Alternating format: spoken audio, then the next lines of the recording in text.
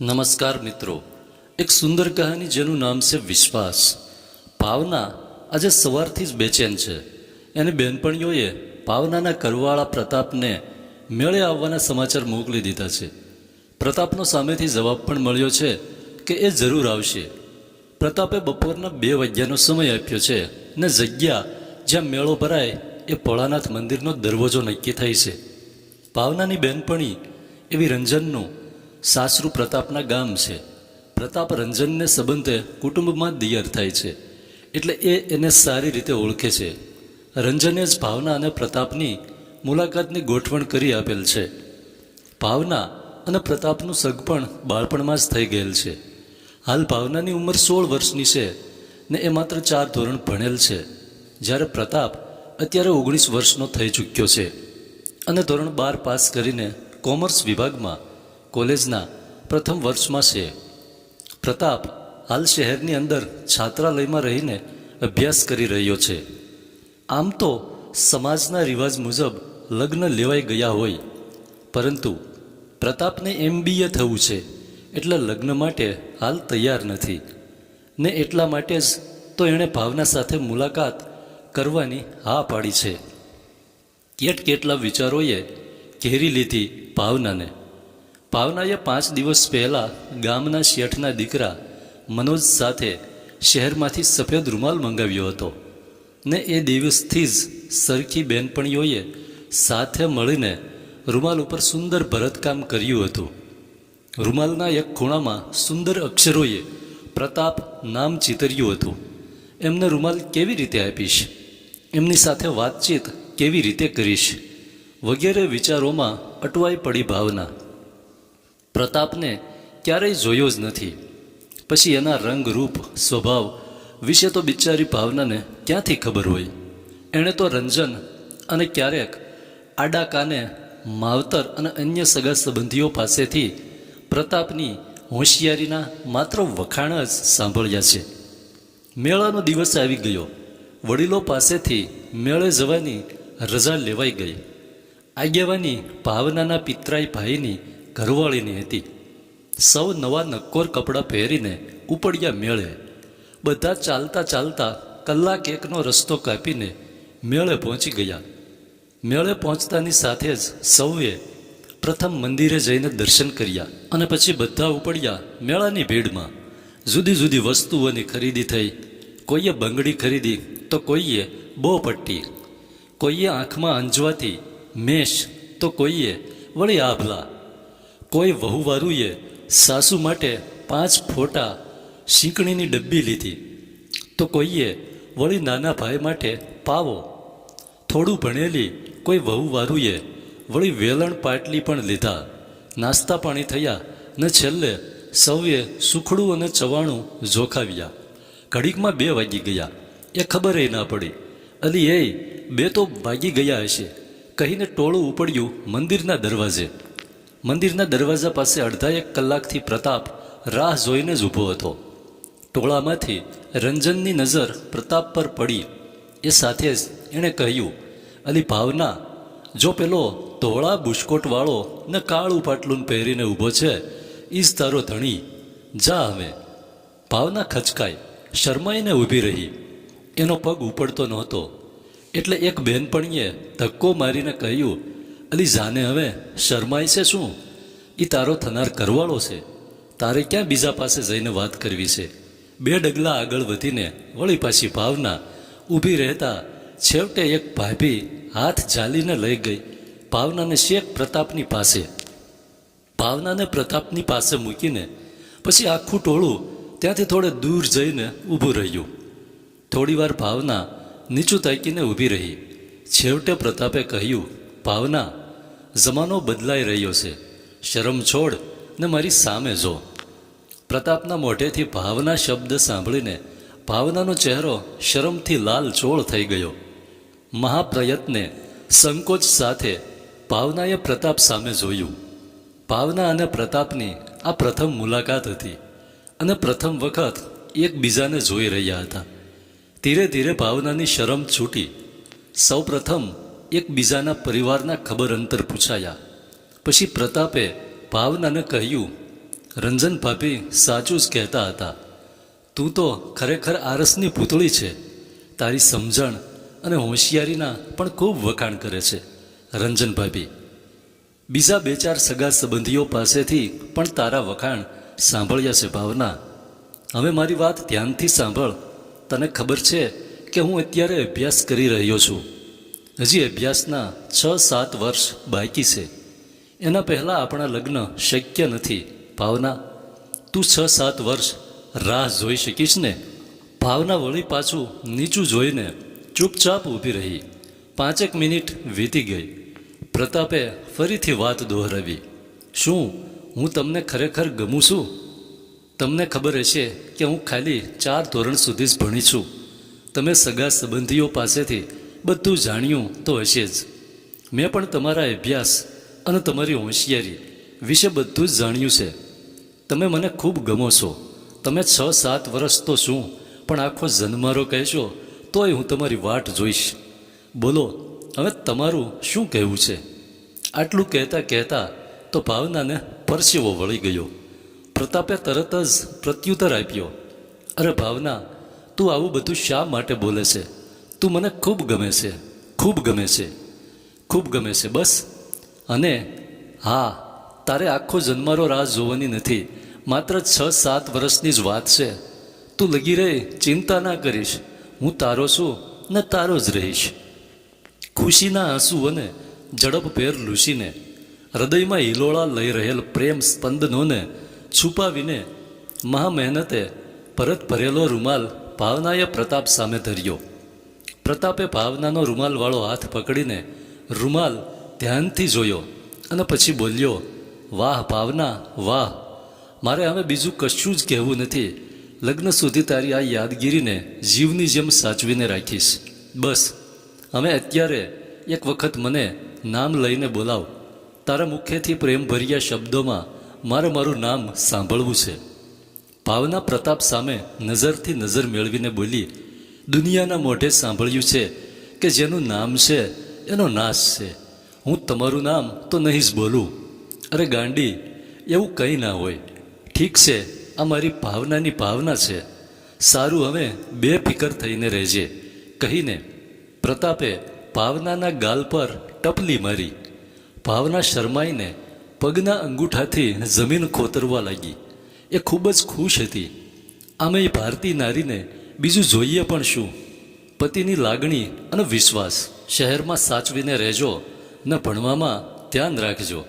આજથી આ ભોળાનાથની સામે ટેક લઉં છું કે તમને નોકરી ના મળે ત્યાં સુધી આ પગમાં પગરખા નહીં પહેરું. તમને નોકરી મળશે ત્યારે તમારા હાથે જ મારી ટેક પૂરી કરાવીશ કહીને ઘડીનાય વિલંબ વગર ભાવનાએ પગરખા કાઢીને મંદિરના દરવાજા પાસે બેઠેલ ભિક્ષુક પાસે જઈને એને આપી દીધા. પગરખા આપી આવી ને એ વળી પાછી પ્રતાપ સામે નજર કરતી મૂંગા મોઢે ઊભી રહી. પ્રતાપ ઘડી પર તો ભાવનાને જોઈ જ રહ્યો ને પછી બોલ્યો, અરે ગાંડી, આવી ટેક લેવાય? 6-7 વર્ષ પગરખા વગર કેવી રીતે રહીશ? ફોક કર આ ટેક. ભાવના ચૂંદડીનો શેડો આમળતા આમળતા નીચું જોઈને બોલી, તમે ચિંતા ના કરો.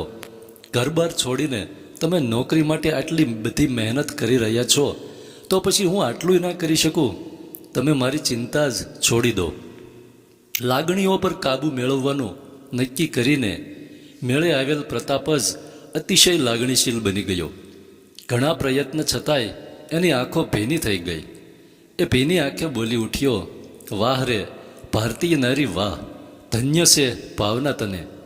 ભાવનાનો એને ચૂંદડી પકડેલો એક હાથ અનાયાસે પ્રતાપની આંખો તરફ લંબાયો ને આંસુ લૂસીને જ રહ્યો.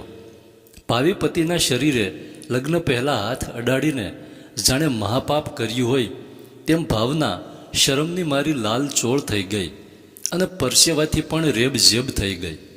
આમ બંનેના લાગણી ભાવને એકરૂપ કરીને બંને છૂટા પડ્યા. અલી, શું વાતો કરી તારા ધણી સાથે?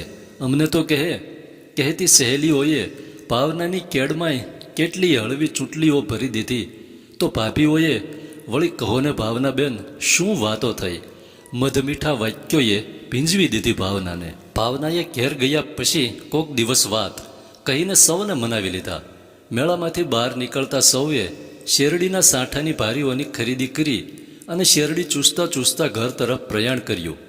ઘેર આવીને ભાવનાએ પ્રતાપના આંસુ લૂસેલ ચૂંદડીના એ શેડાને કાતરથી કાપીને પોતાના બટવામાં મૂકી દીધો. ભાવનાના ગામમાં 4 ધોરણની પ્રાથમિક શાળા છે. શાળામાં ભણાવતા હેમલતાબેન ભાવનાના પાડોશમાં જ રહે છે. ભાવનાએ બેન સાથે ઘરોબો વધારી દીધો. ઘરનું કામકાજ આટોપીને બેનના ઘરે જઈને વિવિધ રસોઈ શીખવી, અંગ્રેજી શબ્દો અને વાક્યો શીખવા આજ ભાવનાનો નિત્યક્રમ બની ગયો. મેળામાં પ્રતાપ સાથે થયેલી વાતચીત અને ભાવનાએ લીધેલ ટેક વિશે જાણી ચૂકેલ ભાભીઓ અને બેનપણીઓની મીઠી મશ્કરી બની ગઈ ભાવના. લ્યો, આ ધણી મોટો ભણેશરી છે તે બેનબાને ભણવાના કોડ જાગ્યા. મીઠી મશ્કરી તો ભાવનાને શેર શેર લોહી ચડાવતી હતી. ચિંતા હતી તો માત્ર ભાવનાના મા બાપને હતી. એમને તો મેળામાં અપાયેલ કોલની વાત નહીં ખબર પડી ગઈ હતી અને ભાવનાએ લીધેલ ટેકની પણ. પરંતુ આ તો મા બાપનો જીવ એટલે તો 4-5 મહિને નિયમિત વેવાઈના ઘરનો તાગ મેળવી લેતા હતા. ભાવનાના મા બાપ ખાધે પીધે પ્રમાણમાં ઠીક ઠીક કહી શકાય એવો ભાવનાનો પરિવાર, એક નાનો ભાઈ અને માતા પિતા, આમ 4 જણનું કુટુંબ એટલે બીજી કોઈ જાજી ફિકર નહીં. સમય વીતતો રહ્યો. વાર તહેવારે રંજન દ્વારા ભાવના અને પ્રતાપ એકબીજાના ખબર અંતર પૂછતા રહ્યા. એકબીજાનું સાનિધ્ય અનુભવવા પ્રતાપ પાસે રૂમાલ હતો તો ભાવના પાસે પ્રતાપના આંસુથી ખરડાયેલ ચૂંદડીનો છેડો. આખરે પ્રતાપ MBA થઈ ગયો ને એક ફાઇનાન્સ કંપનીમાં નોકરી પણ મળી ગઈ. ભાવનાની ખુશીનો પાર નહોતો. ભાવનાની ટેક પૂરી કરવાનો સમય આવી ગયો હતો અને લગ્નનો પણ. પરંતુ કુદરતને કંઈક બીજું જ મંજૂર હતું કે શું? પ્રતાપને એ સમયે ખૂબ મોટી પદવી કહી શકાય એવી નોકરી મળતા જ પ્રતાપના પિતાજી 7મા આસમાનમાં વિહરવા લાગ્યા. સમાજ તો ટાંપીને જ બેઠો હતો. દીકરીઓમાં પણ ઉચ્ચ અભ્યાસનો યુગ શરૂ થઈ ગયો હતો. ભણેલ દીકરીઓના મા બાપનો પ્રતાપના ઘેર ધસારો વધી ગયો. પ્રતાપના પિતાજી આગળ ચડામણીઓ શરૂ થઈ ગઈ. MBA થયેલ દીકરાનું સગપણ માત્ર 4 ધોરણ ભણેલી કન્યા સાથે આવી ચડામણીઓ પ્રતાપના પિતાજીનો તોર વધારતી ગઈ. છેવટે એક કોલેજ કરતી છોકરી ઉપર પસંદગી ઢોળાઈ. સમાચાર મળતા જ પ્રતાપ હાંફળો ફાંફળો ઘેર દોડી આવ્યો. એને તો અત્યાર સુધી એમ જ હતું કે ભાવના સાથે લગ્નની તૈયારીઓ હવે જલ્દી શરૂ થઈ જશે. આવીને તરત જ પિતાજી સાથે વાતચીત કરી ને થોડી શરમ છોડીને ખચકાતા ખચકાતા પ્રતાપે કહ્યું, બાપુ, મારે ભાવના સિવાય બીજું કોઈ ના જોઈએ. હું એને વચન આપી ચૂક્યો છું. એણે મારી 7 વર્ષ રાહ જોઈ છે. દીકરાની વાત પર કોઈ ધ્યાન જ ના હોય તેમ પ્રતાપના પિતાજી ગર્વભેર બોલ્યા, બેટા, ક્યાં એમનું ગરીબ ખોરડું અને ક્યાં આપણે? એવી કન્યાથી મારું આંગણું ના શોભે. હું તારા ભલા અને આપણા પરિવારના સુખ માટે કહી રહ્યો છું. પ્રતાપ સમજાવતો રહ્યો, વિનંતી કરતો રહ્યો, પરંતુ પથ્થર પર પાણી. એમાંય જમાનાના ખાધેલ પિતાજીએ અંતિમ તીર છોડ્યું. જો પ્રતાપ, તારે મને જીવતો ભાળવો હોય તો આ સંબંધ ફોક કરી દે અને આ જે માગું આવ્યું છે એ સ્વીકારી લે. પ્રતાપના હાથ હેઠા પડ્યા. વાત વાયુ વેગે સમાજમાં પ્રસરી ગઈ. ભાવનાના પરિવાર સુધી પહોંચતા તો શું વાર લાગે પછી. ભાવનાના મા બાપને જે ભીતિ હતી એ જ થયું. ભાવના હચમચી ગઈ, પરંતુ એને ઊંડે ઊંડે શું વિશ્વાસ હતો એ તો ભાવના જ કહી શકે. પ્રતાપ એના પિતાજીને પસંદ કરેલ છોકરી જિગીશાને રાજદૂત મોટરસાઇકલ પર બેસાડીને શહેરમાં બગીચે ફરવા જઈ રહ્યો હતો. એને આ પસંદગીથી ના કોઈ હરખ હતો કે ના કોઈ ઈચ્છા, આકાંક્ષાઓ. બસ એ તો એક હાલતું ચાલતું યંત્ર બની રહ્યો હતો. વિચારહીન અવસ્થામાં જિજ્ઞાસા સાથે ફરવા જઈ રહેલ પ્રતાપે મોટરસાઇકલ પરનો કાબુ ગુમાવ્યો. મોટરસાઇકલ અથડાયું રસ્તાની બાજુમાં ઉભેલ ઝાડ સાથે. પ્રતાપને માથામાં ખાસ્સું એવું વાગ્યું. જિગીશાના હાથ પગ છોલાયા. બંને જણને દવાખાને દાખલ કરાયા.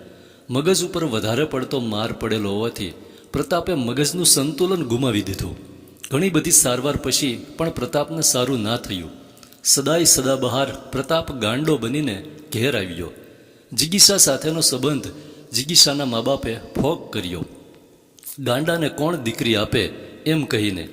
આ આખી ઘટનાની વાત ભાવના સુધી પહોંચી. ભાવનાને રંજન દ્વારા સમાચાર તો બધા મળેલા જ હતા કે પ્રતાપની નવા સંબંધ માટે ચોખ્ખી ના હતી, પરંતુ એના પિતાજીએ મોતની ધમકી આપીને પ્રતાપ પાસે પરાણે હા પડાવી હતી. અત્યારે તો ભાવનાને એક જ ચિંતા હતી, પ્રતાપના ગાંડપણની. મનમાં કંઈક ગાંઠ વાળીને ભાવના એક દિવસ તેના પિતાજી પાસે નીચું જોઈને ઊભી રહી. પિતાજીએ પૂછ્યું, શું કહેવું છે દીકરી? કાયમ મા બાપ સામે મર્યાદાશીલ રહેતી ભાવના આંખોમાં આંસુ સાથે થોડા ક્ષોભ સંકોચભેર બોલી, બાપુ, મને રંજન સાથે એમના ઘેર એકવાર જવા દેશો, મારી પગરખા પહેરવાની ટેક પૂરી કરવા.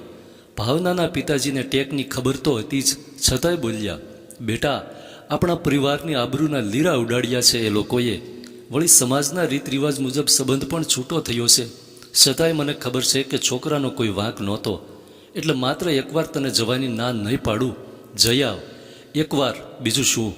એટલું કહીને ભાવનાના પિતાજી ભીની આંખે સરકી ગયા ત્યાંથી. ભાવના પિતાજીની વેદના સારી રીતે સમજી શકતી હતી. બીજા દિવસે ભાવના અને રંજન નીકળ્યા પ્રતાપને ગામ જવા. રંજને સવારના 11 વાગ્યે પ્રતાપના ઘરની ડેલી ખખડાવી.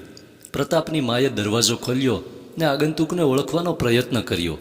રંજન તો કુટુંબની વહુવારું હતી એટલે ઓળખી ગયા, પરંતુ ભાવનાને ઓળખવામાં વિલંબ થયો. આમેય છેલ્લા સમયની પરિસ્થિતિથી ભાવના સાવ લેવાઈ ગઈ હતી. પ્રતાપના મા ભાવનાને ઓળખે એ પહેલાં તો એ સડસડાટ ઓસરીમાં ખાટલા પર બેઠેલ પ્રતાપ સામે જઈને ઊભી રહી ને એકી ટશે પ્રતાપને જોવા લાગી.